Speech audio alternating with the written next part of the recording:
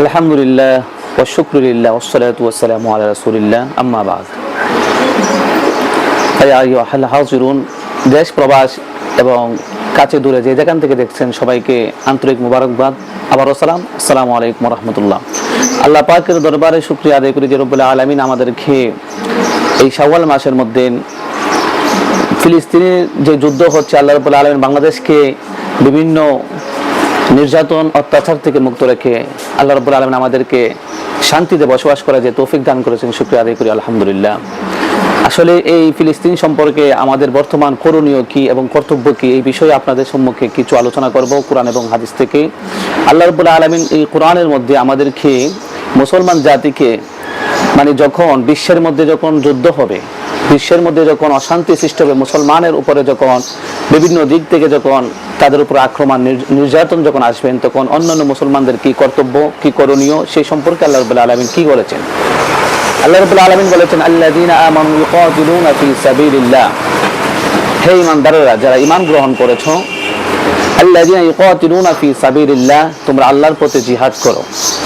কখন জিহাদ করতে হবে এই সম্পর্কে ইমামগণ এবং মুহাদ্দিসিনে কেরাম, মুফাসসিরিনে কেরাম অভিমত দিয়েছেন। যখন মুসলমানের এমন একটি অবস্থা হবে যে মুসলমানের উপরে হঠাৎ করে যখন আক্রমণ করা হবে, তখন অন্যান্য মুসলমানদের বসে থাকার আর সময় নাই, তাদেরকেও তখন জিহাদ করতে হবে। আরেকটি বিষয় হচ্ছে, যখন যে মুসলমান যে রাষ্ট্রের মধ্যে থাকবে, ওই রাষ্ট্র থেকে যখন রাষ্ট্রীয়ভাবে যখন ঘোষণা করা হবে জিহাদের জন্য বা ফতোয়া দেওয়া হবে, তখন প্রত্যেক মুসলমানের তখন জিহাদ করা ফরজ হয়ে যাবে। আরেকটি বিষয় হচ্ছে, জিহাদের জন্য আমাদেরকে আল্লাহ রাব্বুল আলামিনের আইন পুঙ্খানুভাবে মেনে, কোরআনের আইন কখন আমাদেরকে জিহাদ করতে হবে সেটা দেখতে হবে। যে আমরা যদি জিহাদে নেমে যাই, তাহলে অন্যান্য মুসলমান আমাদের কারণে ক্ষতিগ্রস্ত হবে কিনা, সেই বিষয়ে আমাদেরকে খেয়াল রেখে জিহাদের ময়দানে নামতে হবে। যে আমরা দেখতে পাচ্ছি বর্তমান সম্প্রতি ফিলিস্তিনের মধ্যে যে মুসলমানের উপরে যেভাবে অত্যাচার নির্যাতন করা হচ্ছে, তাদেরকে একবারেই তাদেরকে বিলীন করা হচ্ছে গাজার মধ্যে। এই বিষয়ে আমাদের করণীয়, বাংলাদেশ এবং এর আশেপাশে যে রাষ্ট্রগুলো আছে, মুসলমান যারা আছে, তাদের করণীয় হলো যে তারা যেন ওই মুসলমানদের যাদেরকে নির্যাতন করা হয়েছে, অত্যাচার করা হয়েছে, তাদেরকে যেন সহায়তা করে। আল্লাহ রাব্বুল আলামিন বলেছেন যে ইন তানসুরুল্লাহ ইয়ানসুরুকুম, যদি কোনো ব্যক্তি আল্লাহর পথে কাউকে সাহায্য করে, আল্লাহ রাব্বুল আলামিন তাকে সাহায্য করবেন। এখন যারা মুসলমান আছেন, তারা তো এখন বর্তমানে তাদের অবস্থা পরিস্থিতি খুবই খারাপ। আমরা যদিও তাদের পক্ষ থেকে জিহাদের কোনো ঘোষণা আমরা পাই নাই, রাষ্ট্রীয়ভাবে কোনো ঘোষণা আমরা পাই নাই, তারপরও আমাদের কর্তব্য হলো তাদেরকে আমরা এখন বিভিন্নভাবে সাহায্য সহযোগিতা করা। বর্তমানে আমরা যদি তাদের পক্ষে দাঁড়াইতে চাই, তাহলে আমরা আমাদের পক্ষ থেকে বিভিন্নভাবে মানববন্ধন এবং মিছিলের মাধ্যমে এই যুদ্ধের মধ্যে অংশগ্রহণ করতে পারি। যেমন ধরেন, আপনি যদি তাদের সহায়তার জন্য বাংলাদেশ কি পুরা বিশ্বের মধ্যে যদি তাদের যে অত্যাচারগুলো মানুষের সামনে তুলে ধরতে চাই, তাহলে আমাদেরকে মানববন্ধন করতে হবে, মিছিলে যোগদান করতে হবে। আমরা যদি এখন ঘরে বসে থাকি, কোনো প্রতিবাদ না করি, এখন বর্তমান সোশ্যাল মিডিয়ার যুগ, আমরা এই সোশ্যাল মিডিয়াতে ফেসবুকের মাধ্যমে, ইউটিউবের মাধ্যমে আমরা এর প্রতিবাদ জানাতে পারি। আর আমরা যদি এখন এগুলো না করে যদি বসে থাকি, তাহলে দেখা যাচ্ছে যে আল্লাহ রাব্বুল আলামিন হাশরের ময়দানে আমাদেরকে জিজ্ঞাসা করবেন।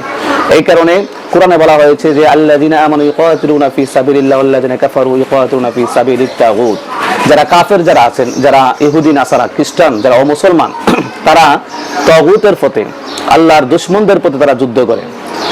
আর যারা ঈমানদার, তাদেরকে আল্লাহ রাব্বুল আলামিন বলেছেন ওয়াজাহিদু ফিল্লাহি হাক্কা জিহাদি, তোমরা আল্লাহর পথে কঠোরভাবে জিহাদ করো, ভালোভাবে তাদেরকে দমন করো, যেন আল্লাহ রাব্বুল আলামিনের যে ইসলামের দ্বীন কায়েম হয় এই বিশ্বের মধ্যে, সেভাবে তোমরা জিহাদ করো।